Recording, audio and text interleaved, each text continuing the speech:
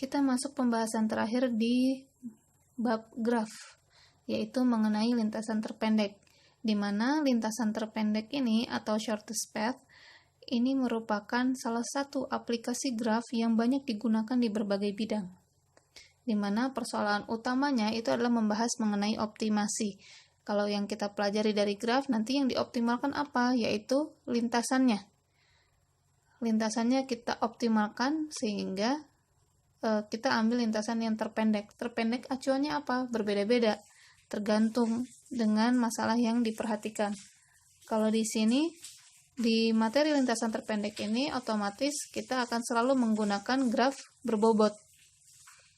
Silakan dilihat lagi, apa itu graf berbobot? Kalau sederhananya, graf berbobot itu intinya adalah pada setiap sisinya itu mengandung bobot, mengandung nilai yang dimana nilai itu punya makna.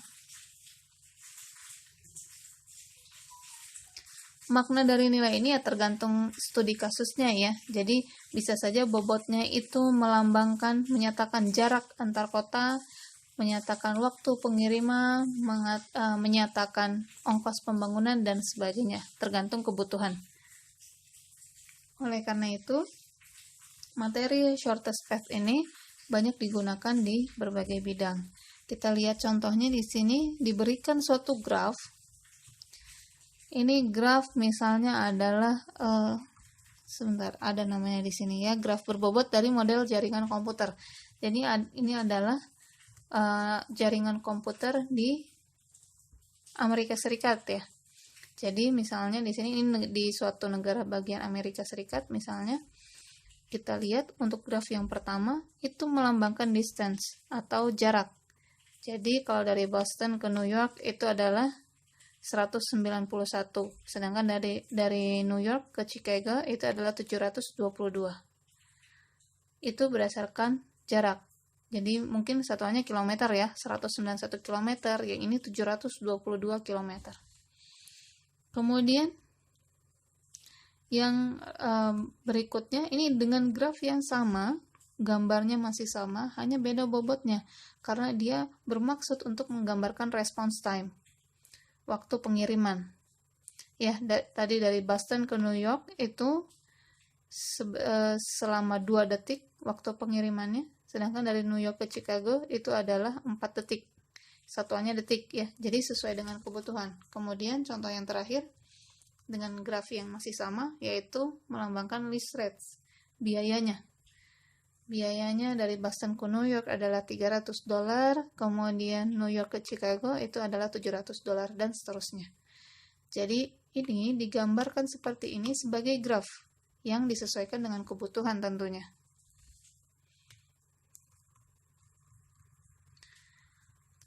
Kemudian yang perlu kita perhatikan pada graf berbobot, pada materi lintasan terpendek ini adalah kita asumsikan bahwa semua bobot bernilai positif, jelas ya, agar tidak rumit ketika nilainya ada yang negatif, jadi berkurang nilainya, itu akan sulit dalam perhitungan.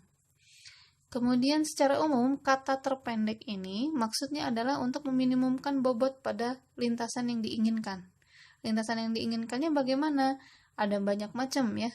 Bisa jadi kita mau lintasan terpendeknya antara 2 simpul tertentu. Tadi misalnya, kalau dari graf ini misalnya saya mau mencari lintasan terpendek dalam ranah ini ya, dalam kategori lease rates, itu dari Boston ke Los Angeles. Misalnya seperti itu.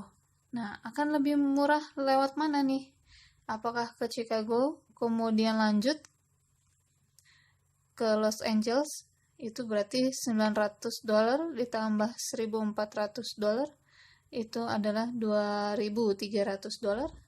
Atau mungkin melalui jalan yang lain, ya misalnya ke sebelah sini dulu, ke New York, kemudian dan seterusnya gitu ya.